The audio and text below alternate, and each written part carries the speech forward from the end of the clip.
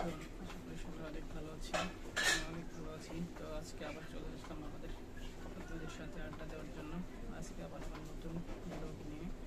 তো আজকে হিমুকার পর দিয়ে আমরা কালকে 16 নম্বর পর্বটি শেষ করেছিলাম। আজকে 17 নম্বর পর্বটি শুরু করব। তো কালকে আমরা দেখেছিলাম যে রূপা অনেক রেগেছিল, তার মায়ের ফোন ধরেছিল না। তো আজকে আমরা দেখব পরের পার্টে যে তারপরে কি হয়। ওকে, তাহলে চলেন শুরু করা যাক। ওকে, হ্যাঁ, চারিদিকে আয়না বসানো, মানে একটা খাট কিনেছিল, ওটা খাটের বিবরণ বলে। খাটে বসলে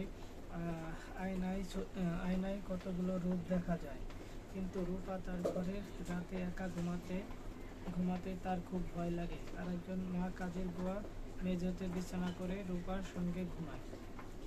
তারপরও রূপা ভয় যায় না, শুধু মা পাশে থাকলেই তার ভয় লাগে না।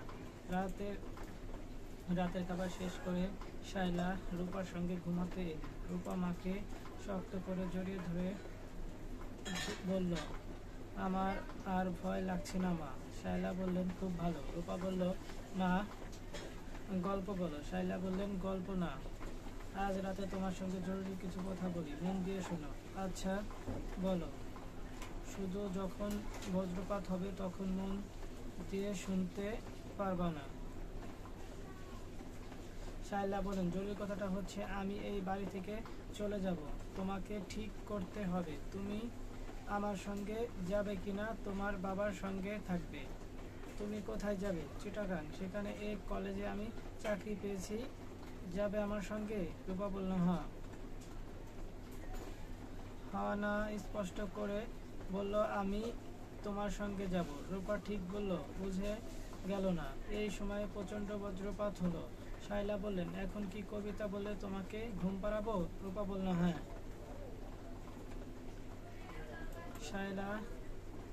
শায়লা রূপার মাথায় হাত বোলাতে বোলাতে কবিতা শুরু করলেন। মায়েরা সন্তানদের ঘুম পাড়ানি গান গেয়ে ঘুম পাড়ান। শায়লা কবিতা আবৃত্তি করে তার কবিতার আবৃত্তি করে। দিনের আলো নিভে এলো, সূর্যি ডুবে ডুবে, আকাশ ঘিরে মেঘ জমেছে চাঁদের লোভে লোভে। মেঘের ওপর মেঘ জমেছে, রঙের ওপর রং। মন্দিরে কাঁসার ঘণ্টা বাজলো ঠক ঠক। এটা হচ্ছে তার কবিতা ছিল। পরের অংশ রূপার কাছে অস্পষ্ট। রূপা দেখলো এর সন্ধ্যায় তার মা ব্যাগ সুটকেস নিয়ে চলে যাওয়ার প্রস্তুতি নিচ্ছেন। যদিও তিনি বলেছেন চিটাগাং যাবেন, আসলে তিনি থাকবেন ঢাকাতেই। আকবরের মা বুয়া রূপাকে আড়ালে ডেকে নিয়ে বলল, তোমার মা বাবার ছাড়াছাড়ি হয়েছে। রূপা বলল, ছাড়াছাড়ি কি? ছাড়াছাড়ি হলো তালাক। তালাক তালাক তালাক হয়েছে। তালাক কি? তোমার মা অন্য এক লোকের হাঙ্গা বইছে মানে কি? এত কিছু বলতে পারবো না, তোমার কপাল ভাঙছে। পুরো বিষয়টা হারুনের মেয়ে ব্যাখ্যা করলেন, সুন্দর করে ব্যাখ্যা করলেন। তিনি মেয়েকে বললেন, তোমাদের ক্লাসে এমন কেউ কি আছে যাকে তুমি সহ্য করতে পারো না, দেখলেই রাগ ওঠে? রূপা বলল, সুমি নামের। সে কি করে? পেন্সিল দিয়ে আমাকে খোঁচা দেয়। একদিন আমার স্যান্ডেল থুতু দিয়েছে, অথচ অঙ্কের বইয়ে পাতা ছিঁড়েছে। সুমি অন্য সেকশনে চলে গেলে ভালো হতো না? হ্যাঁ, খুব ভালো হতো বাবা। তোমার মার সঙ্গে আমার এই অবস্থা হয়েছে। তোমার মা চলে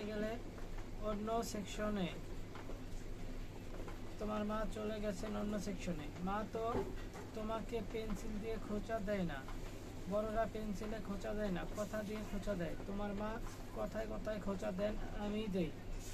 খোঁচাখুচি করতে করতে দুজনেই ক্লান্ত। তোমার মা অনেক বেশি ক্লান্ত বলে এখন অন্য এক ভালো মানুষের বিয়ে করেছেন, বুঝেছ? হ্যাঁ। তোমার মা চাচ্ছেন তুমি তাদের সঙ্গে গিয়ে থাকো। আমি তাই চাচ্ছি। তোমার বয়স খুব কম, এই বয়সে ছেলে মেয়েদের জন্য মায়ের আদর দরকার। মা, তুমি কি যাবে তোমার মার সঙ্গে? রূপা বলল, না। হারুন বললেন, তোমার জন্য যা ভালো তাই তোমার করা উচিত। তোমার জন্য ভালো হলো তোমার মার সঙ্গে থাকা। আমি প্রতি সপ্তাহে তোমাকে দেখতে যাব। খেলনা, চকলেট এইসব নিয়ে যাব। আমি মার সঙ্গে থাকবো না, তোমার সঙ্গে থাকবো। রূপা, তুমি তোমার মায়ের মতোই জেদি হচ্ছ। আমি তোমার সঙ্গেই থাকবো। আচ্ছা যাও, আমার সঙ্গেই থাকবে। একটু বড় হও, দেখবে কত ধানে কত চাল। আমি কথার খোঁচা দিতে শুরু করব, তুমি পালাবার পথ পাবে না। শায়লা মেয়েকে নিজের কাছে রাখার অনেক চেষ্টা করেছিল, লাভ হয়নি। রূপা তার মাকে টেলিফোন করলো। শায়লা বললেন, তোর খবর কি? রূপা বলল, ভালো।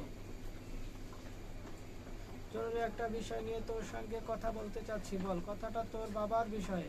সে আশেপাশে নাই তো? না, তোমার বাবা ইদানিং খুব বিরক্ত করছে। কি করছে?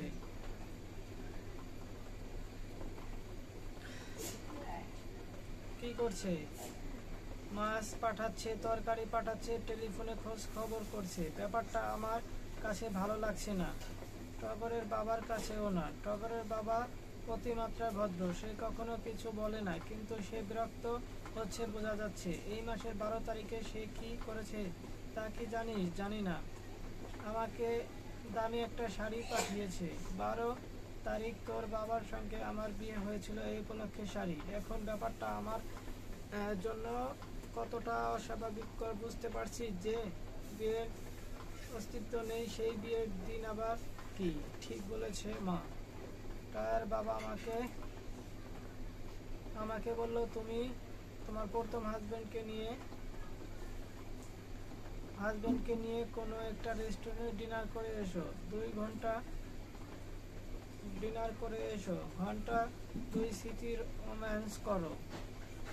ভদ্রলোক কিছু সময় দাও। ভদ্রলোক তোমার হাত ধরতে চায়, হাত ধরতে দাও। তিনি তোমায় মিস করেন। কি রকম বিব্রতকর অবস্থা, বুঝতে পারছিস? পারছি। তুই কি তোর বাবাকে বিষয়টা বুঝিয়ে বলতে পারবি? পারবো, তবে বলবো না। বলবি না কেন? কারণ সমস্যাটা তোমার, আমার না। তোমার সমস্যা তুমি সমাধান করবে। বাবাকে টেলিফোন করে বলবে, স্টপ দিস ননসেন্স। মা টেলিফোন রাখলাম। রূপার ফোন লাইন কেটে দিল। আনন্দ তখনই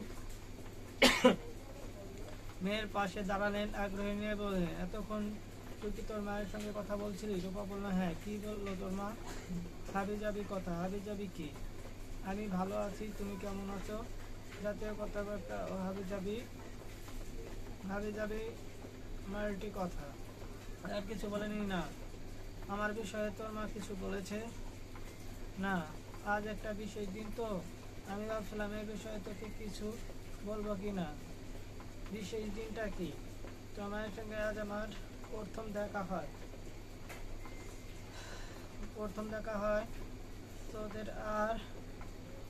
তোমাদের তো আর বিয়ে হয় না। প্রথম দেখাটাই ইনস্ট্যান্ট কেন হবে? মায়ের লজ্জিত গলায় বললেন, তোর মাকে দেখে বাসায় ফিরে বিরাট এক কবিতা লিখেছিলাম। বয়স কম ছিল তো, খানিকটা বোকা ছিলাম। পুরো কবিতাটা আমার মুখস্থ আছে, শুনবি? রূপা বলল, না, শুনবো না। তুমি ছাদে যাও, নিজের মন মানসিকতা আবৃত্তি করতে থাকো। ছাদে অনেক গাছপালা আছে, তারা তোমার কবিতা শুনে মজা পাবে। বাবা প্লিজ, 4 লাইন শোন। 4 লাইনের কবিতা, তোর তেমন কোনো ক্ষতি হবে না। রূপা হতাশ গলায় বলল, শোনাও। হারুন সঙ্গে সঙ্গে আবৃত্তি শুরু করলেন। তার আনন্দে অভিভূত হতে দেখা গেল। রূপা ছোট নিঃশ্বাস ফেলল।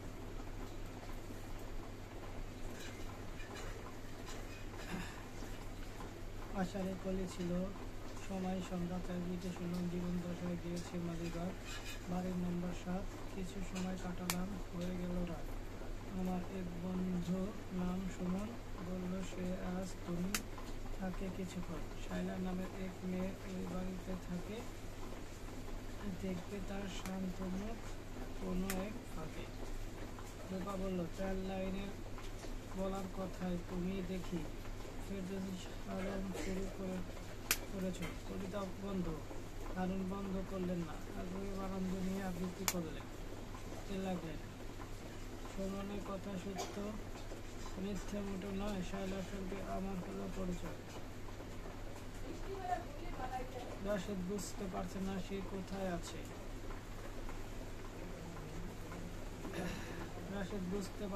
কোথায় আছে তার গায়ে নীল রঙের কম্বল কম্বল থেকে ওষুধের গন্ধ আছে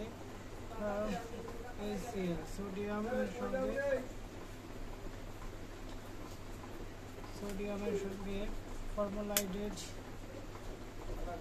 কি কোনো প্রক্রিয়া আছে সোডিয়াম কি হলো আচ্ছা সোডিয়াম কথা কেমন মনে হলো প্রচুর সোডিয়াম আমার লবণের কারণে খাচ্ছি সেই সোডিয়াম শরীরে কিভাবে বের হচ্ছে তা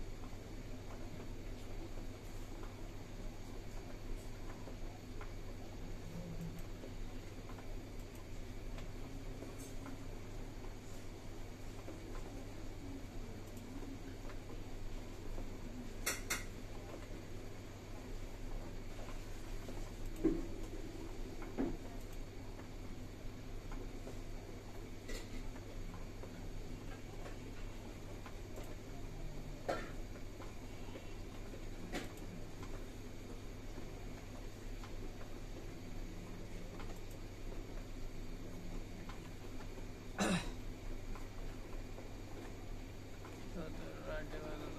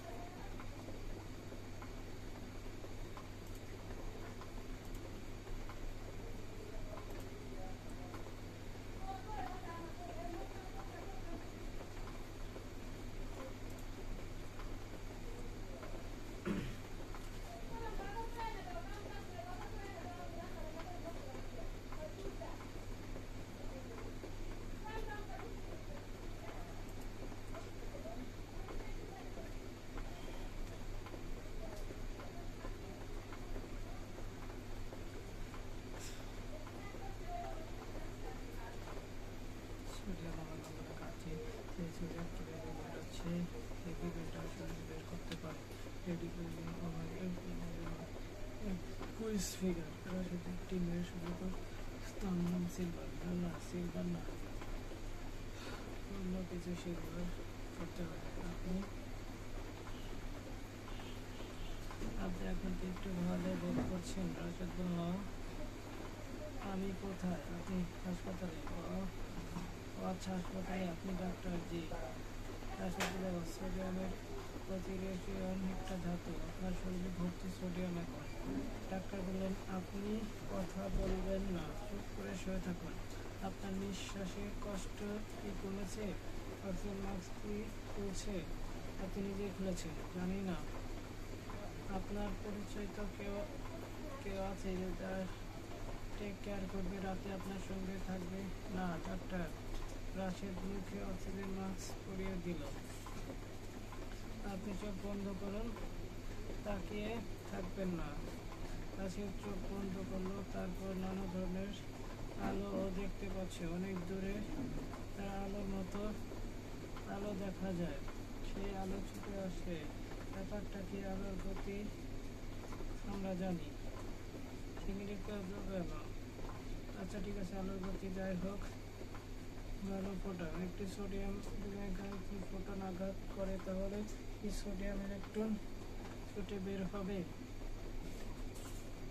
ফটো ইলেকট্রন ইফেক্ট। যিনি প্রথম ফটো ইলেকট্রনিক ইফেক্ট ব্যাখ্যা দেন তিনি পদার্থবিদ্যা নোবেল পুরস্কার পান।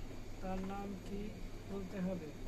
সময় 3 সেকেন্ড। ওনার অ্যাকাউন্ট আর 1 হাইড্রেন 2 হাইড্রেন 3। তিনি সেকেন্ডে শেষ বলতে পারবো। শান্তি কানে ডাক করছে এবং আইনস্টাইন এইসব মনে পড়ছিল।